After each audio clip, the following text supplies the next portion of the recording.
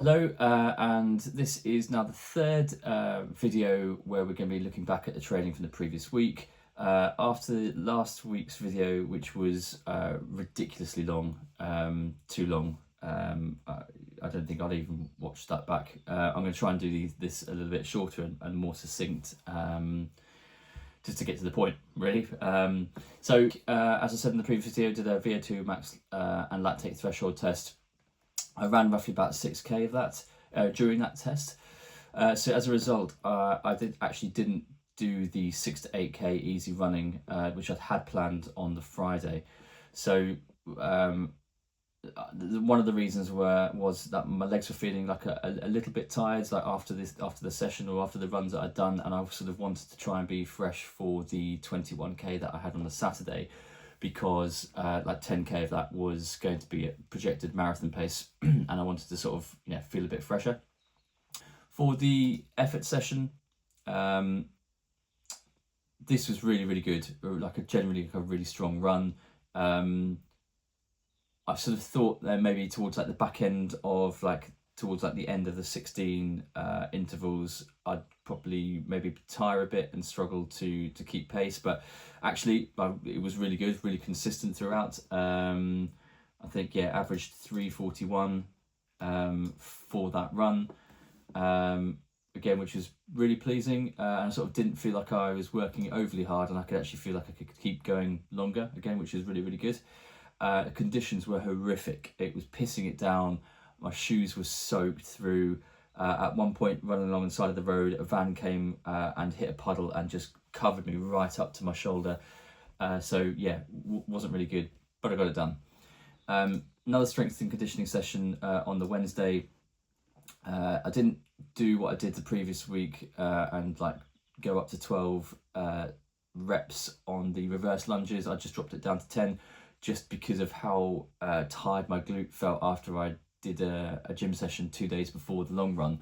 So I just kept that one just nice and ticking over. The 12k out and back, again, there was sort of no real structure plan for this one, just try and get back a little bit quicker than you go out. So I sort of ran like a negative split on the way back, and sort of ended with like a 3:58 on the 14th kilometre, again, which is pretty good. I sacked this one off, as I said. And this one was probably the best run of the week. So I did 5.5k warm up, and during that warm up, I felt shit. I had a bad sleep the night before. I had a lot on my mind. My heart rate was elevated, so I was running at 5-minute kilometers, and my heart rate was already going up to 149 beats per minute, which is mad for that pace, especially just having started the run. So I was very close to actually bailing, and I said to myself, if you can't hit the marathon pace time, don't worry, just get the distance done. And then when I, after the 5.5 kilometers, and I lapped my watch to start the marathon pace 10k block, and I was sort of really concentrating on the marathon pace, etc., then just sort of came alive, and was absolutely motoring along. So the aim was 4:15 kilometers. I sort of went a little bit under that, but they're pretty consistent. So if you can see in the highlighted splits there, and again, I'll put this on the screen as well. But pretty consistent in terms of sort of deviated between, I think, just even 2 seconds worth of deviation across 10 kilometers, which is pretty good. And I felt like I could have just kept on going at that pace. And during the warm down, the 5.5k warm down, I sort of got halfway through, and I just thought, oh fuck this, and I just turned on the gas a little bit more, and ended pretty strong, running, I think, last 2k was, I say, 4 minutes and 3:49 on the kilometre. So plenty still left in the tank, and it was nice to see that, bearing in mind that's a training run, and I wasn't overly pushing myself too hard. I hit quite a lot of top 3 PBs across multiple distances, across 10k, 15k, 10 mile, half marathon, etc. So it's good that I'm in that sort of shape at the moment, without actually pushing myself too hard. So that's positive.